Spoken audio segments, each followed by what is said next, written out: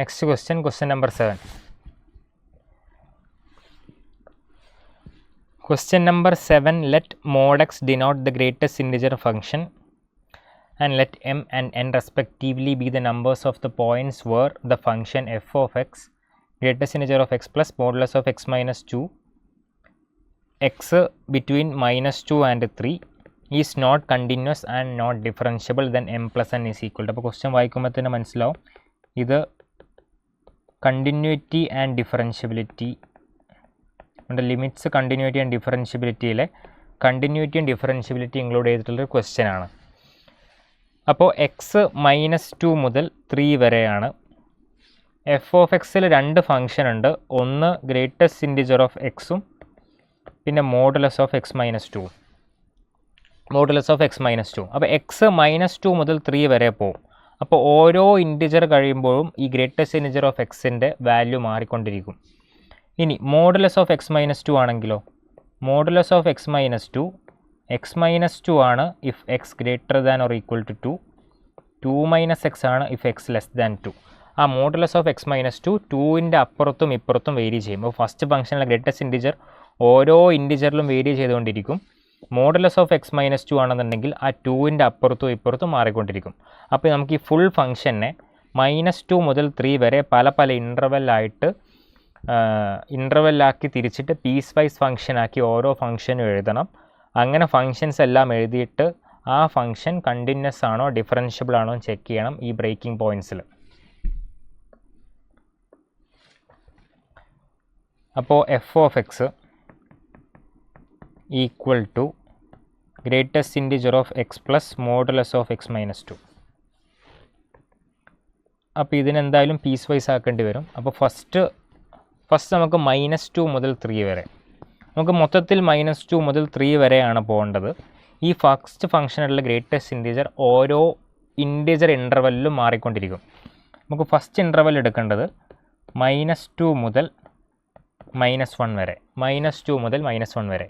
ഈ -2 മുതൽ -1 വരെ ഗ്രേറ്റസ്റ്റ് ഇൻറ്റിജർ ഓഫ് എക്സ് എന്തായിരിക്കും? -2 ആയിരിക്കും. ഇനി modulus of X -2, modulus of X -2 2ൻ്റെ ഇപ്പുറത്തെല്ലാം അതിൻ്റെ വാല്യൂ 2 - എക്സ് ആണ്. അപ്പോൾ ഇത് 2ൻ്റെ ഇപ്പുറത്താണ് 2 - എക്സ്. ഇപ്പോൾ -1 വരെ ഉള്ളത് കണ്ടു. ഇനി -1 മുതൽ, അവിടെ -1 ഇൻക്ലൂഡഡ് ആണ്, ടു 0. -1 മുതൽ 0 വരെ ഗ്രേറ്റസ്റ്റ് ഇൻറ്റിജർ ഓഫ് എക്സ് എന്താണ്? -1 ആണ്. മോഡുലസ് ഓഫ് എക്സ് -2 ഇപ്പോഴും 2 - എക്സ് ആണ്. ഇനി അടുത്ത ഇൻ്റർവൽ 0 മുതൽ 1 വരെ, അവിടുത്തെ ഗ്രേറ്റസ്റ്റ് ഇൻറ്റിജർ 0 ആണ്. മോഡുലസ് ഓഫ് എക്സ് -2 ഇപ്പോഴും 2 - എക്സ് ആണ്. ഇനി അടുത്തത് 1 മുതൽ 2 വരെ, അവിടെ ഗ്രേറ്റസ്റ്റ് ഇൻറ്റിജർ 1 ആണ്. ഇതിപ്പോഴും 2 - എക്സ് ആണ്. ഇനി അടുത്തത് 2 മുതൽ 3 വരെ ലാസ്റ്റ് ഇൻ്റർവൽ, അവിടുത്തെ ഗ്രേറ്റസ്റ്റ് ഇൻറ്റിജർ 2 ആണ്. പക്ഷേ മോഡുലസ് ഓഫ് എക്സ് -2ൻ്റെ വാല്യൂ ഇപ്പോൾ മാറി, അത് എക്സ് -2 ആണ്. അത് എക്സ് -2 ആണ്. അപ്പോൾ ഇങ്ങനെ ഈ ഫംഗ്ഷനെ നമ്മൾ പല പീസാക്കി മാറ്റി. ഇനി നമ്മളിന്ന് ആഡ് ചെയ്യാൻ പോകുന്നു. അപ്പോൾ ഫസ്റ്റ് ഇത് ആഡ് ചെയ്യുമ്പോൾ -x കിട്ടും. അപ്പോൾ -x ഇൻ -2 ടു x2 -1. അടുത്തത് ആഡ് ചെയ്യുമ്പോൾ 1 - x കിട്ടും. -1 മുതൽ x2 0. അടുത്തത് ആഡ് ചെയ്യുമ്പോൾ 2 - x കിട്ടും ഫ്രം 0 to 1. അടുത്തത് ആഡ് ചെയ്യുമ്പോൾ 3 - x കിട്ടും ഫ്രം 1 to 2. അടുത്ത ആഡ് ചെയ്യുമ്പോൾ x കിട്ടും ഫ്രം 2 to 3. അപ്പോൾ ഇതാണ് F of X. F of X നമ്മളിപ്പോൾ പല ഇൻ്റർവെല്ലാക്കിയിട്ട് പീസ് ഫംഗ്ഷൻ ആക്കിയിട്ട് ഡിവൈഡ് ചെയ്തു. അപ്പോൾ ഇതാണ് എഫ് ഓഫ് എക്സിൻ്റെ വാല്യൂ ഓരോ ഇൻ്റർവെല്ലിലും. അപ്പോൾ ഇനി നമുക്ക് കണ്ടിന്യൂറ്റി ഡിഫറൻഷ്യബിലിറ്റി ചെക്ക് ചെയ്യണം. കണ്ടിന്യൂറ്റി ഡിഫറൻഷ്യബിലിറ്റി ചെക്ക് ചെയ്യേണ്ടി വരെ ഈ ബ്രേക്കിംഗ് പോയിൻറ്റ്സിലായിരിക്കും. -1, 0, 1, 2. -1, 0, 1, 2യിലൊക്കെ നമുക്ക് ഫംഗ്ഷൻ്റെ വാല്യൂ അത് കണ്ടിന്യൂസ് ആണോ എന്ന് ചെക്ക് ചെയ്യേണ്ടി വരും. എന്നിട്ട് പിന്നെ ഡിഫറൻഷ്യബിലിറ്റിയും ചെക്ക് ചെയ്യണം. അപ്പോൾ ഈ ബ്രേക്കിംഗ് പോയിൻറ്റ്സിലാണ് ചെക്ക് ചെയ്യേണ്ടത്. അപ്പോൾ first breaking point at x equal to -1. At x equal to -1, x equal to -1ൽ കണ്ടിന്യൂസ് ആണോ എന്ന് ചെക്ക് ചെയ്യാൻ ലെഫ്റ്റ് ഹാൻഡ് ലിമിറ്റും റൈറ്റ് ഹാൻഡ് ലിമിറ്റും നോക്കണം. ലെഫ്റ്റ് ഹാൻഡ് ലിമിറ്റും റൈറ്റ് ഹാൻഡ് ലിമിറ്റും നോക്കണം. അപ്പോൾ -1ൻ്റെ ലെഫ്റ്റിലുള്ള ഫംഗ്ഷൻ -x ആണ്. അപ്പോൾ -xന് x ഈക്വൽ ടു -1 കൊടുക്കുമ്പോൾ അത് 1 ആയിരിക്കും. അപ്പോൾ ലെഫ്റ്റ് ഹാൻഡ് ലിമിറ്റ് 1 ആണ്. റൈറ്റ് ഹാൻഡ് ലിമിറ്റ് എന്ന് പറഞ്ഞാൽ റൈറ്റിലുള്ള ഫംഗ്ഷൻ 1 - x ആണ്. അപ്പോൾ 1 മൈനസ് എക്സിൽ എക്സിന് -1 കൊടുക്കുമ്പോൾ റൈറ്റ് ഹാൻഡ് ലിമിറ്റ് 2 ആണ്. ഇത് രണ്ടും ഈക്വൽ അല്ല, അപ്പോൾ എക്സ് ഈക്വൽ ടു -1ൽ കണ്ടിന്യൂസ് അല്ല, എക്സ് ഈക്വൽ ടു -1ൽ ഡിസ്കണ്ടിന്യൂസ് ആണ്. ഇനി ഇതേപോലെ at X equal to 0, at X equal to 0ൽ left hand limit, at X equal to 0 left hand limit 1 minus X ആണ്, equal to 1. Right hand limit അവിടുത്തെ റൈറ്റിലുള്ള ഫംഗ്ഷൻ 2 മൈനസ് എക്സ് ആണ്, അവിടുത്തെ റൈറ്റിലെ ഫംഗ്ഷൻ 2 മൈനസ് എക്സ് ആണ്, അപ്പോൾ 2. ഇത് രണ്ടും ഈക്വൽ അല്ല, അവിടെയും ഡിസ്കണ്ടിന്യൂസ് ആണ്.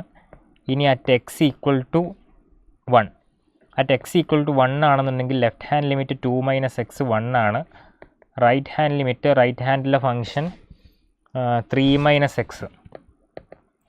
മൈനസ് എക്സ് 2 ആണ്, അതും ഈക്വൽ അല്ല, വീണ്ടും ഡിസ്കണ്ടിന്യൂസ്. ഇനി at X equal to 2, X equal to left hand limit 3 minus X ആണ്, അത് 1. റൈറ്റ് ഹാൻഡ് ലിമിറ്റ് എക്സ് ആണ്, അത് 2. വീണ്ടും ഈക്വൽ അല്ല, അവിടെയും ഡിസ്കണ്ടിന്യൂസ് ആണ്. അപ്പോൾ അവിടെയും ഡിസ്കണ്ടിന്യൂസ് ആണ്. അപ്പം 4 പോയിൻറ്റിൽ -1, 0, 1, 2 ഈ 4 പോയിൻറ്റിൽ ഡിസ്കണ്ടിന്യൂസ് ആണ്. അപ്പോൾ എം ഈക്വൽ ടു ഡിസ്കണ്ടിന്യൂസ് ആയിട്ടുള്ള പോയിൻറ്റ്, കണ്ടിന്യൂസ് അല്ലാത്ത പോയിൻറ്റ്സ് എം ഈക്വൽ ടു 4.